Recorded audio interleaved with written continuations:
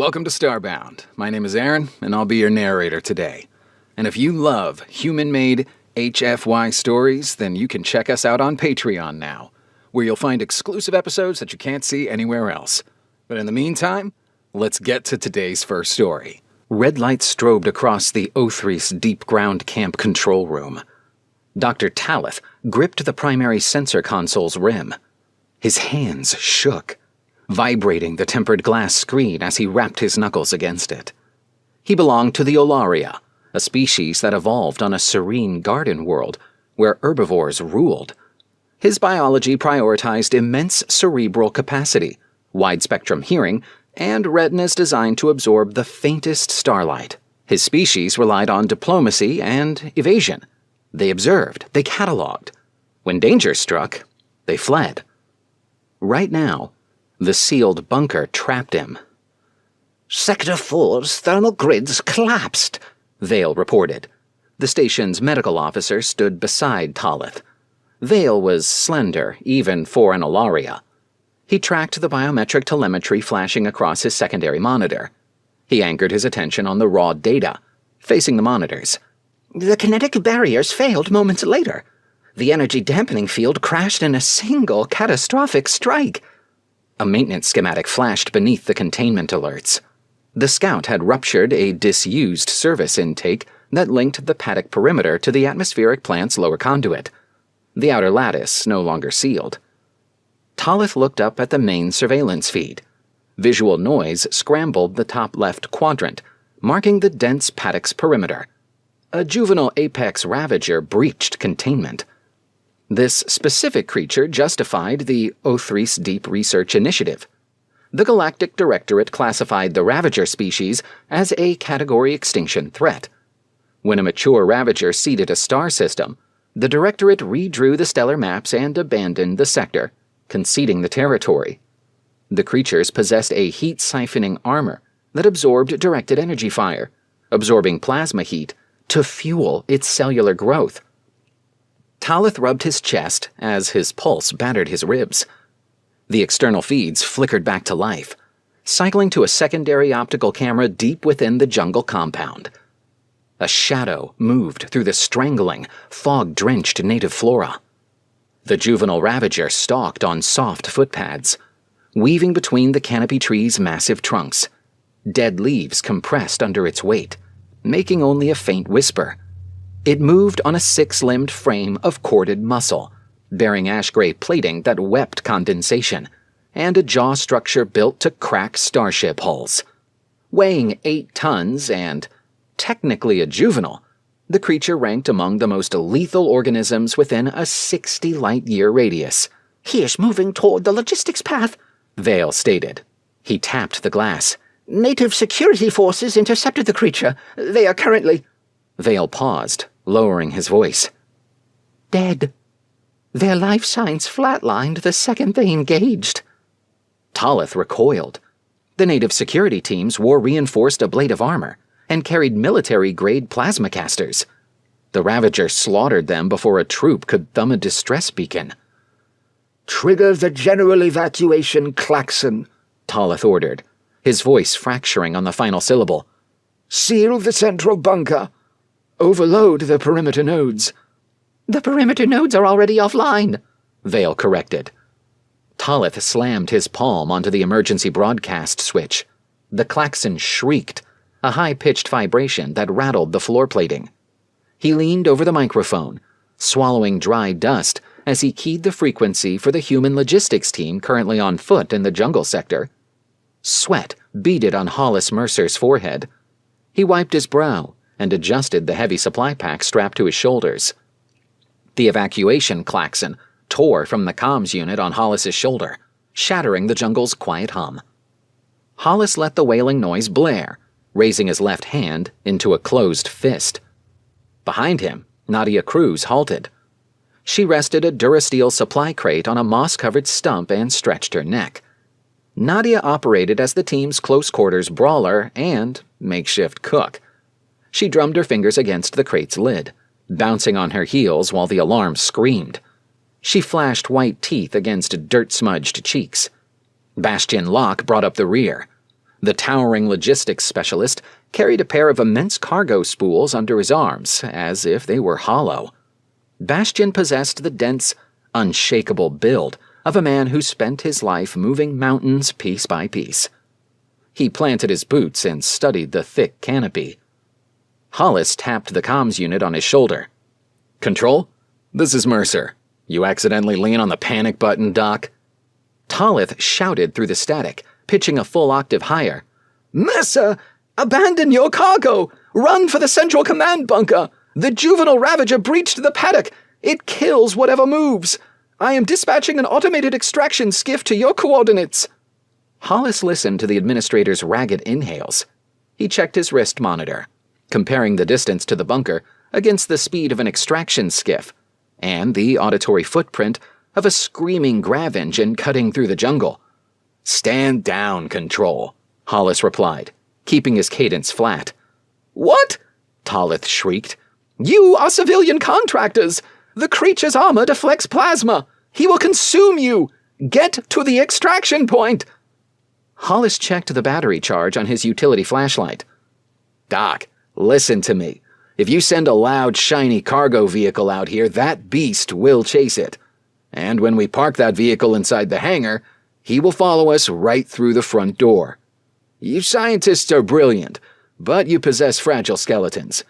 I intend to keep an 8-ton predator far away from the command center." "It will shred your bones!" Tallith begged. "We plan to trap him," Hollis said. "Cut the control room chatter, Doc. You draw his attention." Hollis killed the control room channel and left the team's short-range band live. He looked back at Nadia and Bastian. Both shifted their weight, balancing on the balls of their feet. Bastian set his cargo spools down in the mud. "So," Nadia said, unholstering a high-voltage cattle prod from her hip. "We hunt the ultimate space dinosaur." "We intercept his path," Hollis corrected, "before he finds the people who sign our paychecks." The jungle floor consisted of thick, decaying vegetation and deep pockets of gray mud. The fog rolled low, clinging to the humans' boots as they advanced toward the destroyed paddock sector. Hollis knelt in the center of a wide, slick mud flat, letting the dampness seep through his knee pads. He removed his right glove and ran his bare skin over an asymmetrical depression in the soil. The track displayed 4 deep claw marks, framing a sliding heel drag. "Look at the inner toes depth," Hollis whispered. Nadia crouched beside him. She leaned close, tracing the depression. "He favors his left side, digging deeper on the medial edge." "He took a plasma burn to his right flank, breaking the fence," Bastian noted, casting a broad shadow over them. He rumbled in a low baritone beneath the jungle insect's hiss. "The energy fed him. The kinetic impact threw his gate off."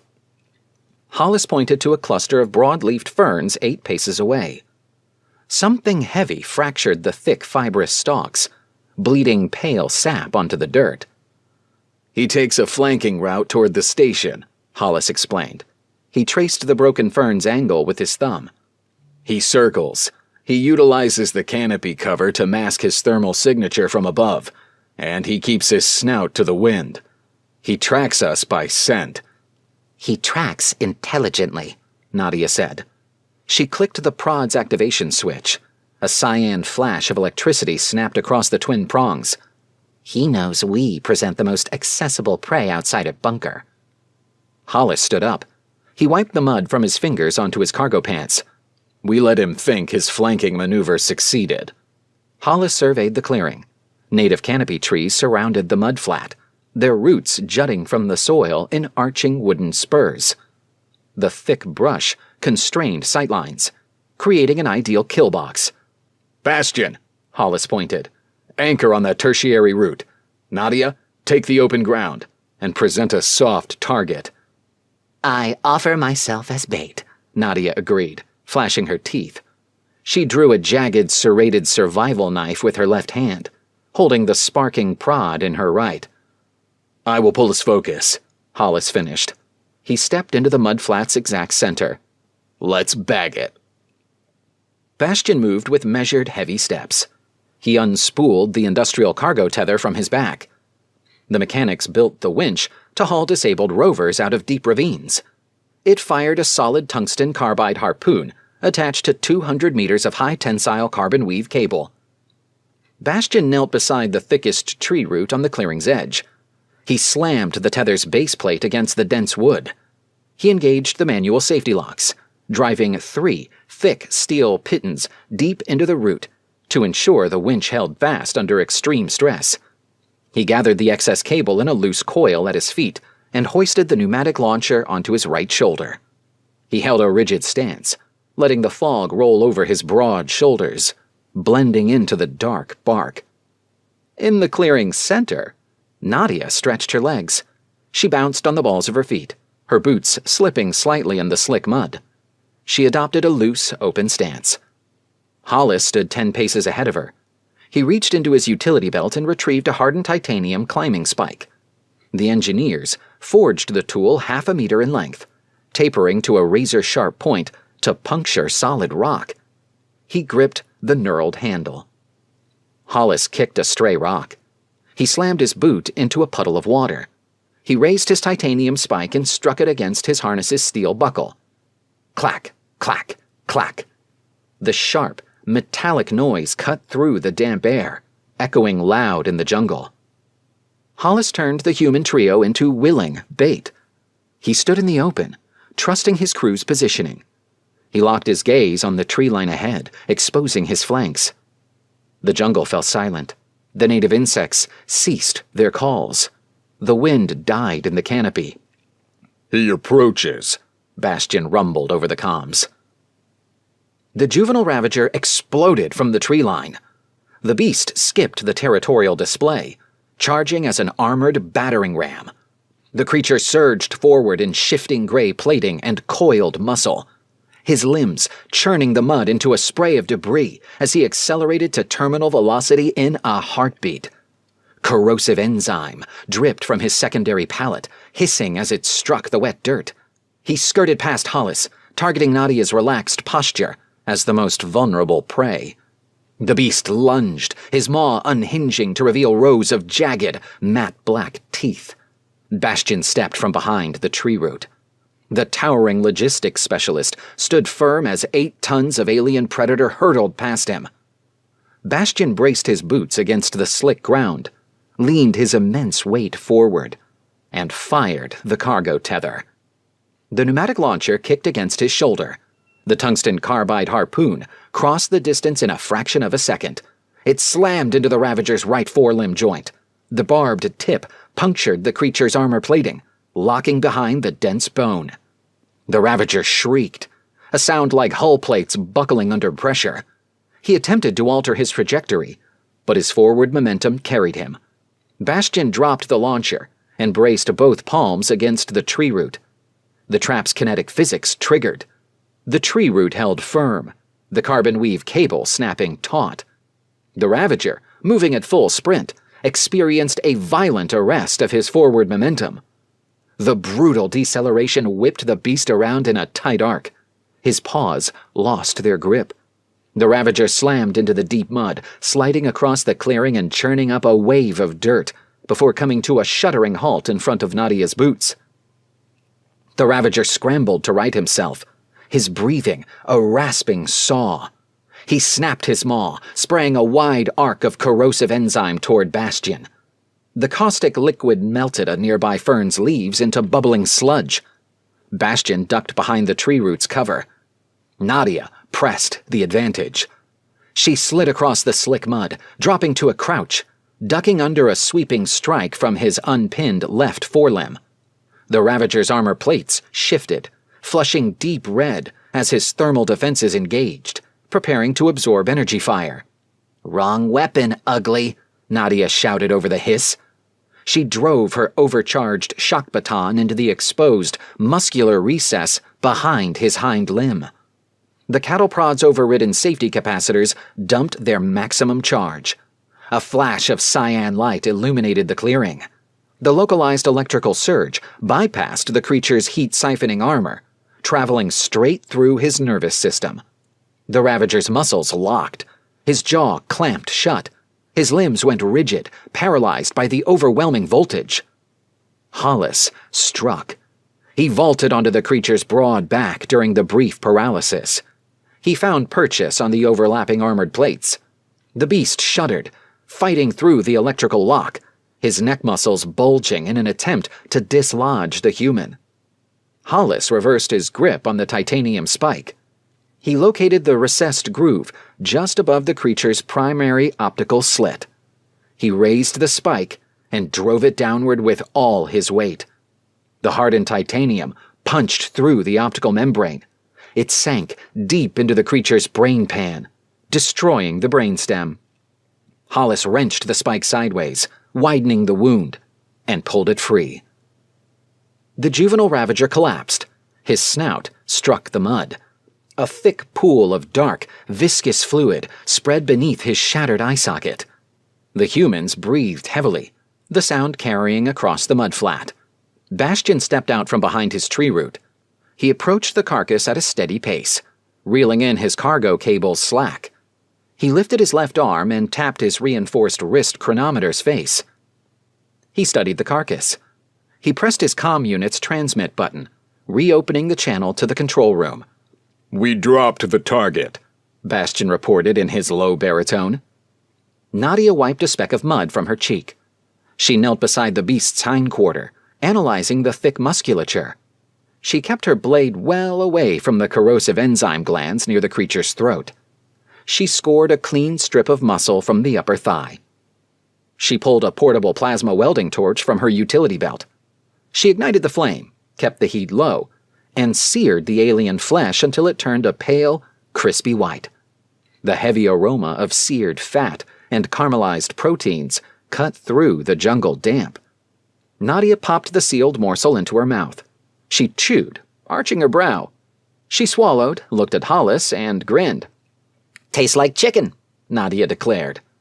Hollis wiped his bloody titanium spike on a patch of clean moss. He slid the tool into his belt. "Pack it up. The scientists will want to dissect this specimen. Tell the doc it's safe to send that extraction skiff." The Othris deep loading bay's pristine decking squeaked under the logistic team's wet boots. Bastion backed through the blast doors, a remote control in his hand guiding the automated extraction skiff's grav sled.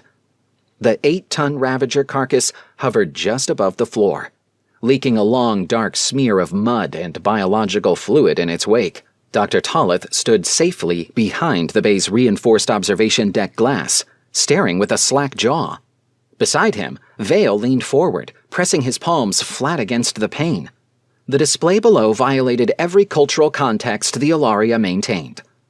Tolleth bolted from the observation deck and scurried down the metal staircase to the loading bay floor. He stopped well out of striking distance, his chest heaving. "By the stars!" Tolleth stammered, his high voice echoing in the cavernous space. He stared at the beast's ruined optical socket. He looked at the humans. Mud, sweat, and alien viscera coated their uniforms, yet they relaxed against the cargo crates. Nadia kicked a vending machine in the corner, glaring at the display that offered only dry Al-Jal protein bars. "What restricted military technology did you employ?" Tolleth demanded, pointing at the corpse. "Our defensive grids failed. How did you bypass its heat-siphoning armor? What classified ordnance did you deploy?" Hollis walked over to a nearby utility sink. He grabbed a clean industrial rag and turned on the tap. He scrubbed the dark fluid from his palms, the water turning a deep brown as it swirled down the drain. He turned off the water, tossed the rag onto the counter, and looked at the trembling administrator. "Doc," Hollis said, "we used gravity and a sharp stick." Tolleth blinked. "That metaphor escapes me." "I state facts," Bastion rumbled, walking past the administrator to unhook his tether's harpoon from the beast's limb. "We tripped it. Hollis stabbed its central nervous system." Tolleth stared, his lips moving as he tried to reconcile his analytical intellect with the brutal pragmatism of human violence. Deep inside the station's medical bay, diagnostic servers chirped a steady rhythm. Vale stood over a glowing three-dimensional mapping interface. The station's medical officer tuned out the facility's surrounding chaos, focusing his analytical intellect on the combat telemetry recorded by the biometric sensors woven through the humans' worksuits. Talith paced behind him, wringing his hands. They pose a profound danger, Vale. To willingly engage an apex ravager wearing only fabric jumpsuits. Look at this, Vale said. He waved his slender hand over the console, expanding a graph of Hollis, Bastion, and Nadia's physiological data. I decline to study violent biology, Talith said. You must, Vale insisted. He pointed to the timeline start, right when the Ravager breached the tree line. Observe their cardiovascular response. In our species, or indeed any directorate races, sudden exposure to extreme lethal threat triggers chaotic cardiac arrhythmia, erratic hyperventilation, and eventual paralytic shock. Talith nodded. The natural biological response to inevitable death. Vale traced a glowing blue line on the graph representing Hollis's pulse. When the creature charged, Mercer's heart rate climbed in a steady curve. It stabilized in a rhythmic plateau. He aligned his breathing with his physical exertion. He converted the adrenaline flush into combat fuel. What does this signify? Talith asked, stepping closer to the hologram. Advantage, Vale answered, his fingers hovering over the data. He brought up Nadia's and Bastion's data. They mirrored Hollis's telemetry. The adrenaline heightened their visual acuity, increased their muscle density response, and narrowed their psychological focus. They achieved a hyper-focused combat state. Talith traced the spikes and plateaus, his posture drooping under the realization's weight. The humans possessed something deeper than bravery or training. They evolved to hunt apex predators, Talith whispered, gripping the console edge. Yes, Vale agreed. We hired logistics contractors, Dr. Talith. I believe we imported this galaxy's true apex species. The primary klaxons flared, blaring over the medical bay's speakers. The station's atmospheric processing sensors, previously blinded by the paddock's destruction, booted online. The diagnostic servers recalibrated, clearing the visual noise in the lower industrial sectors. Talith sprinted to the control room, a sharp ache radiating across his chest. He collapsed into his command chair and brought up the restored visual feeds. He choked on a sharp intake of air. The screens revealed the station's atmospheric processing plant. Thick, white vapor hissed from ruptured coolant pipes, obscuring the metal gangways. A lower intake conduit gaped open along the far wall, its reinforcement lattice twisted inward. The Scout had ruptured the paddock end of a disused intake run. The brood had forced the plant-side lattice and come in through the same conduit. A pair of mature Ravagers stalked through the dense fog. The adult dwarfed the juvenile, its armor plates dark and jagged. Beside it moved a towering, scarred alpha that spearheaded the hunt. His jaw dripped potent enzyme, melting the thick steel floor gratings. The metal bubbled and sparked beneath his footfalls. The beast we saw earlier acted as a scout for a sibling brood, Vale noted, stepping beside the console. Talith switched the camera angle. Deep in the plant, a team of engineering staff huddled inside a glass-walled control booth. The engineers pressed themselves against the back wall, watching the Alpha prowl the catwalks outside. The Alpha's enzyme degrades the control booth's door hinges, Vale stated, reading the structural diagnostics. He will breach the lock in under a quarter of an hour. Talith stared at the doomed engineers. He reached for the heavy red lever on the console, the primary sector lockdown override, his fingertips vibrating against the plastic casing.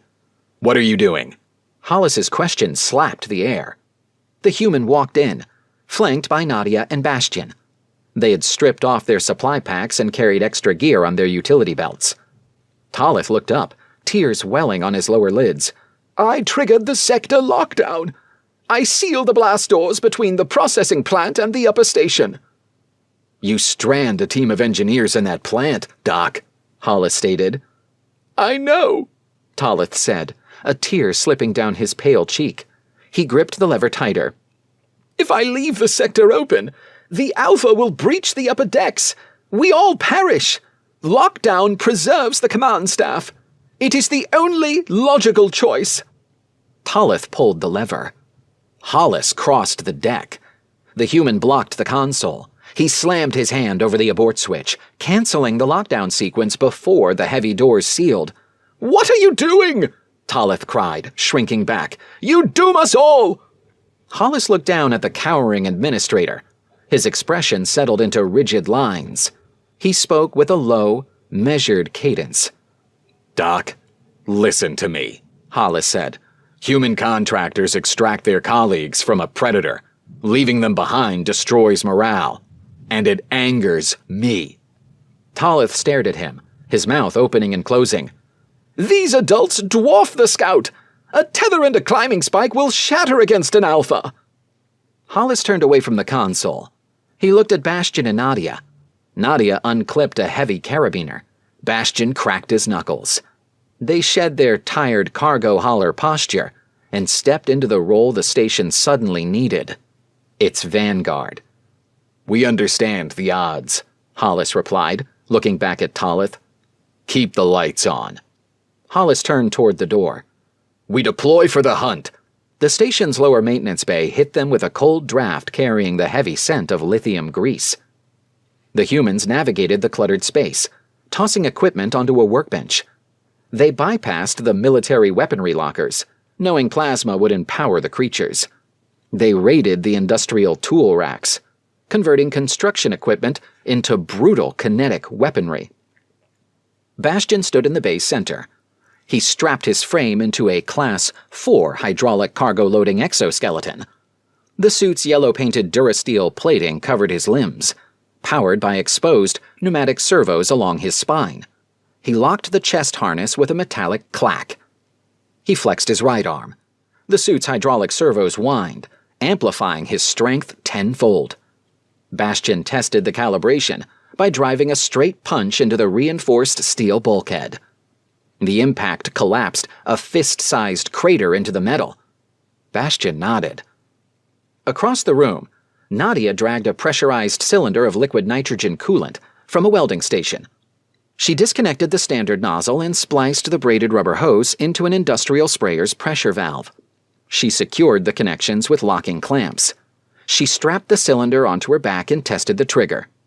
A concentrated blast of liquid nitrogen hissed into the air, flash freezing the ambient moisture into a shower of brittle frost. She grinned, grabbing a bandolier of red emergency flares and slinging it across her chest. Hollis walked over to the mining equipment locker. He bypassed the keypad lock with a sharp kick to the housing, retrieving a rotary mining saw built to carve granite veins on asteroidal colonies. Industrial-grade diamond teeth lined the circular blade. He slung the battery pack over his shoulder and checked the activation trigger. The blade spun to life with a deafening roar. He shut it off. He grabbed his flare gun and loaded a thick magnesium shell. "Comms check," Hollis ordered. "Green," Nadia confirmed, adjusting her cryotank. "Green," Bastion rumbled from inside the exoskeleton. "We move," Hollis said. The blast doors to the atmospheric processing plant slid open with a metallic groan. Hollis, Nadia, and Bastion stepped into the cavernous space. Scalding heat rolled over them, accompanied by ruptured vapor pipes' rhythmic hissing and the primary air turbine's deep thrum. Thick vapor reduced visibility to an arm's length. They vanished into the hissing mist. Back in the control room, Vale tracked the glowing telemetry monitors. The blue biometric dots representing the humans crept across the plant's digital layout. "They operate in complete stealth," Vale said. He tapped the plant's audio feed. The vapor pipe's hiss dominated the speakers. Tallith leaned over Vale's shoulder. "How? Bastion wears a heavy hydraulic exoskeleton. The metal should strike the floor gratings with every step." Vale analyzed the audio feed's rhythmic fluctuations. "They utilize the facility's ambient noise. They synchronize their footsteps with the pressure release valve's cyclic hiss." Down in the plant, Hollis took the lead. He held up his hand, forming a flat palm. Nadia and Bastion stopped. Hollis pointed to his brow, then pointed to a cluster of overhead pipes. Nadia adjusted her grip on the hose. Vale traced the biometric paths. They communicate through hand signals and posture. They anticipate each other's maneuvers. They move as a single unit. Tolith studied the screens, his ragged inhales slowing. They moved into the obscure depths, commanding the environment. The stealth approach brought them to the objective. The humans navigated the labyrinth of catwalks and steam vents, bypassing the adult Ravager patrolling the lower levels. They reached the reinforced control booth holding the trapped engineers.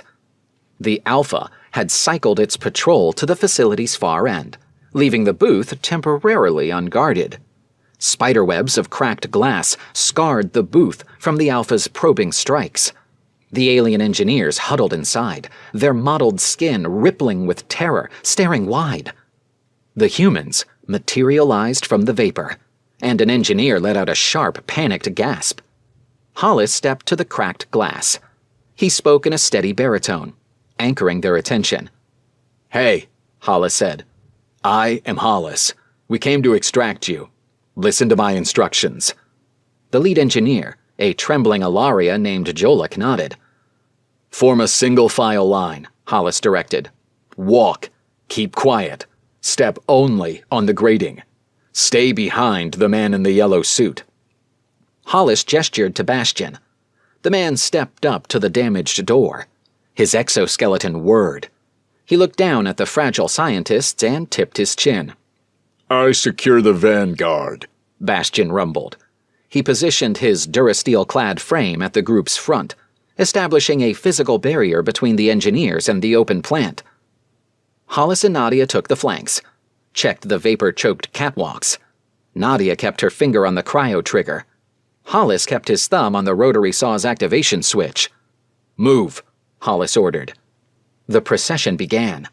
Bastion led the scientists from the booth and down the narrow metal corridor toward the exit. The engineers moved with rigid steps, each gripping the colleague's shoulders in front of them. They made it halfway across the primary catwalk when the ambush sprang. An adult Ravager dropped from a cluster of overhead coolant pipes. The beast bypassed Hollis and Nadia, its predatory instinct identifying the soft-tissue engineers as the easiest kills. The creature landed heavily on the grating, its limbs absorbing the impact. It lunged straight for Jolek, its jagged maw parting to deliver a lethal bite. Bastion stepped into its path. Reacting on instinct, he threw his body forward. He raised his exoskeleton's hydraulic arms in a cross-block, putting solid Durasteel between the Ravager's teeth and the engineer.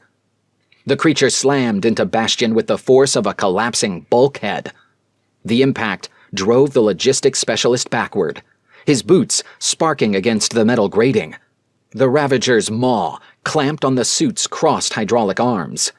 Crunch! The exoskeleton servos whined under the strain. Blue sparks showered over the grating as the internal pressure spiked. The Durasteel plating buckled under the beast's immense bite force. Thick enzyme dripped from the creature's secondary palate, hissing as it melted through the suit's outer casing. "Run!" Bastion roared over the grinding metal. He held the line, his muscles straining in tandem with the failing hydraulics to keep the snapping teeth away from his face. The engineers scrambled backward, pressing themselves against the railing. The Ravager thrashed, attempting to rip Bastion's arms from their sockets. With Bastion pinned and the suit's structural integrity failing, Nadia surged forward. She aimed for the creature's structural foundation, opening the primary valve on her modified cryo thrower. A concentrated blast of liquid nitrogen washed across the Ravager's lower joints. The fluid struck at cryogenic temperatures. The creature's heat-siphoning armor, built to absorb extreme heat, fractured under the catastrophic cold. The gray armor plates flash froze. The ambient moisture hardened against the beast's limbs, turning the flexible joints into brittle structures. The Ravager shrieked and attempted to pull away from Bastion. His frozen limbs fractured under the stress. Hollis stepped into the breach. He squeezed the rotary mining saw's trigger. The diamond-tipped blade roared to life, spinning at peak velocity. Hollis swung the tool in a horizontal arc. He drove the screaming blade into the flash-frozen joints on the creature's right side. The brittle armor fractured. The saw tore through the hardened bone and muscle, severing 2 of the creature's limbs. The Ravager collapsed sideways, its balance destroyed. Bastion utilized the momentum, shoving his hydraulic arms forward and throwing the beast off the narrow catwalk. The creature plummeted into the darkness below, crashing into the machinery on the ground floor. The mining saw's roar and the tearing metal's screech echoed through the cavernous processing plant, securing the engineer's safety. Hollis shut off the saw. The plant's ambient hiss rushed back in. Hollis looked at Nadia. "You just rang the dinner bell." The mist parted. The Alpha Ravager stepped from the shadows at the catwalk's far end. He blocked the primary exit corridor leading to the upper station. The beast dwarfed the adult they just dropped. Thick, deeply grooved armor plating covered his frame, bearing the scars of countless territorial battles. His jaws parted, dripping potent enzyme that melted bubbling pits into the steel floor gratings. The engineers behind Bastion whimpered, collapsing against the railing. The Alpha held his ground, observing the aftermath of his packmate's death. He sized up the team, waiting for the humans to break their defensive line and flee. He paced back and forth across the catwalk's width. His primary optics focused on Hollis's saw and Nadia's cryo-hose. "Bastion," Hollis ordered, keeping his eyes locked on the Alpha. "Extract them through the side vent. Go." Suit's dying, boss. Bastion rumbled, his hydraulic arms twitching as fluid bled from the bite punctures. "Compensate," Hollis replied. Bastion turned, ushering the engineers toward a secondary maintenance hatch leading away from the primary corridor. The Alpha watched the prey retreat. He shifted his weight, preparing to bypass the humans and strike the fleeing group. "Nadia," Hollis said. "light him up." Hollis and Nadia surged forward. They closed the distance, overwhelming the creature's sensory input to draw his focus away from the retreating engineers. The Alpha scrambled toward the shadows beneath an overhead condenser tank to initiate an ambush. Nadia checked her cryotank's failing pressure gauge. Lacking the volume to freeze the massive Alpha, she aimed her cryo-hose at a pressurized vapor valve located above the beast instead. The extreme temperature differential shattered the metal pipe. A deafening plume of scalding vapor erupted into the Alpha's face. The beast recoiled, screeching, his thermal armor flushing deep red as he retreated from the cold. He scrambled up a thick cluster of vertical pipes, attempting to gain the high ground. Hollis raised his flare gun and fired a magnesium shell. The shell hit the metal bulkhead behind the Alpha. The ignition flared with a stark white light, casting long, erratic shadows and flooding the creature's hiding spot with harsh illumination. Whenever the Alpha sought cover, Nadia shattered valves to flush him out, and Hollis fired flares to strip away his shadows, keeping the beast exposed. The Alpha hissed and snapped at the flares. The human's aggressive pressure broke his predatory rhythm. He thrashed against the pipes, his claws tearing chunks of metal from the walls in a frenzy of sparks and screeching. They drove him into the open. Hollis advanced step by step, driving the stumbling Alpha backward down the catwalk. He utilized the rotary saw's roar to herd the beast, tapping the blade against the metal railings to create a wall of sparks and noise. He drove the creature toward the plant's primary atmospheric turbine pit. The chasm spanned the entire lower deck, pulling thousands of cubic feet of air per second into a set of spinning titanium fan blades. The Alpha backed up until his hind claws scraped the yellow warning paint near the pit's edge. Boxed in, he lowered his head, his thermal armor shifting into a deep crimson. He prepared for a final charge. Nadia unbuckled her empty cryotank and let it drop to the grating. She grabbed her final emergency flare. She looked at the grated floor between her and the Alpha. A pool of highly flammable machine oil had leaked from a ruptured hydraulic line, coating the deck near the pit. She cracked the flare against the railing, igniting it. She hurled the burning stick into the oil slick. The oil ignited. A roaring wall of bright orange fire erupted across the catwalk, boxing in the Alpha's flanks. Cornered by the flames, the Alpha lunged through the fire. He aimed at a crushing bite at Hollis, intent on severing the human. Bastion intercepted. Having secured the engineers in the vent, the logistics specialist crashed into the fray. Bastion stepped in front of Hollis. He raised his damaged, sparking hydraulic arms to meet the charge. Bastion caught the creature's jaw in his Durasteel hands. The Alpha clamped down. Bastion pushed back. The exoskeleton's last functioning servos shrieked under the pressure. Metal ground against matte black teeth. Bastion planted his boots against the grating, forcing the beast into a deadlock right on the pit's edge. The Alpha thrashed, attempting to rip the hydraulic arms free. Thick enzyme dripped onto the yellow Durasteel plating, melting the metal down to the internal wiring. The exoskeleton's warning klaxons blared. Bastion locked his jaw, his muscles pushing the failing mechanical servos past their breaking point. With the Alpha pinned against the pit's edge by Bastion's leverage, Hollis stepped into the creature's blind spot. Hollis raised the rotary mining saw. He jammed his thumb onto the manual override switch, pushing the battery to maximum output. The diamond-tipped blade blurred into a solid halo of kinetic motion. Hollis stepped forward and drove the roaring saw into the thick armored spine at the Alpha's lower neck. The creature's heat-siphoning armor absorbed plasma fire, but it yielded to thousands of pounds of raw mechanical torque. The diamond teeth tore through the armor plating in a fountain of blood and shattered bone. The saw bit deep into the spinal column, severing the nerve cord. The beast went slack. Hollis wrenched the saw free. Bastion released his grip. The Alpha's body collapsed backward. It slipped off the catwalk's edge. The humans watched the corpse tumble into the roaring turbine pit's abyss. A moment later, a deep, structural thud vibrated through the floor plates as the fan blades processed the remains. The roaring turbine cleared the air. The oil fire's smoke vanished into the vents. Bastion stepped back. His exoskeleton hissed and locked up. He reached up and unlatched the chest harness, stepping from the ruined yellow frame. Well, Bastion rumbled. that comes out of our paychecks. The thick blast doors to the central command center slid open. Hollis, Nadia, and Bastion limped into the pristine room. Sweat, machine grease, and dark fluid soaked their uniforms. Hollis bore the ruined saw on his shoulder. Oil soot blackened Nadia's skin.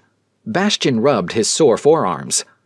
Trailing behind them, clutching thermal blankets, were the rescued engineers. Jolek, the lead engineer, walked up to Vale and collapsed against the medical officer, a sob tearing from his throat. Tallith stood in the command room center. He stood quiet, staring at the blue-collar contractors.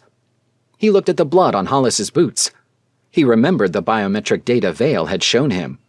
The steady heartbeats, the focused combat execution, the stark evidence of humanity's evolutionary history. Tallith and Vale lowered their heads as Hollis approached. Their immense cerebral capacity processed the raw data. They stood in the presence of the galaxy's apex protectors. Hollis walked past the command console. He stopped next to Tallith. He reached out with his bloody, grease-stained hand and clamped the trembling administrator on his slender shoulder. You performed well, Doc, Hollis said. You kept the lights on. Tallith cleared his throat, staring at the human. You extracted them. You destroyed the Alpha. We handled it, Hollis corrected. He dropped his saw onto the deck plating. The steel rang against the metal floor. He rolled his shoulders, feeling the deep ache of fading adrenaline. Hollis looked around the quiet control room. He let out a long breath. I need a hot shower, Hollis stated. He turned toward the survivalist. Nadia, ignite the grill. A short time later, the atmosphere on the Orthris Deep Secure Promenade shifted. The station computer disabled the red emergency beacons, restoring the promenade's standard ambient lighting. The human logistics crew hosted an impromptu barbecue on the wide metal deck. Nadia stood behind an industrial synthesizer table. She utilized the thick slabs of muscle harvested from the juvenile ravager. Vale analyzed the cellular structure, formally clearing the tissue through the medical computer as safe for consumption. Nadia flipped thick, sizzling chunks of flank over a modified portable plasma heater. She hummed a chaotic tune, brushing the steaks with a sweet-smelling glaze she salvaged from her private supply stash. Hollis sat on a nearby cargo crate. He wore a fresh undershirt, his hair still wet from the shower. He nursed a cold drink, watching his crew. Bastian sat beside him, applying a medical bandage to a deep bruise on his forearm. Tallith approached the table. He still trembled, the day's chemical rush clinging to his nerves. He studied Nadia's work, his retinas expanding. Is it truly safe? Tallith asked, wringing his hands. Doc, it's premium apex predator, Nadia grinned. She slid a seared chunk onto a small metal stick and held it out. Eat. You need the protein after an adrenaline crash. Tallith accepted the sizzling meat. He sniffed it. He looked at Vale, who stood nearby, nodding. Tallith took a small, slow bite. He chewed. He stopped, his posture straightening as the rich flavor hit his tongue. He swallowed. Tallith looked across the promenade at Hollis. He held up the half-eaten morsel. It tastes like chicken, Tallith confirmed. He took another bite. Hollis smiled. Bastian let out a deep, booming laugh that echoed across the metal deck. Nadia cheered, flipping another steak onto the grill. The humans laughed together, comfortable in their new role in the wide universe.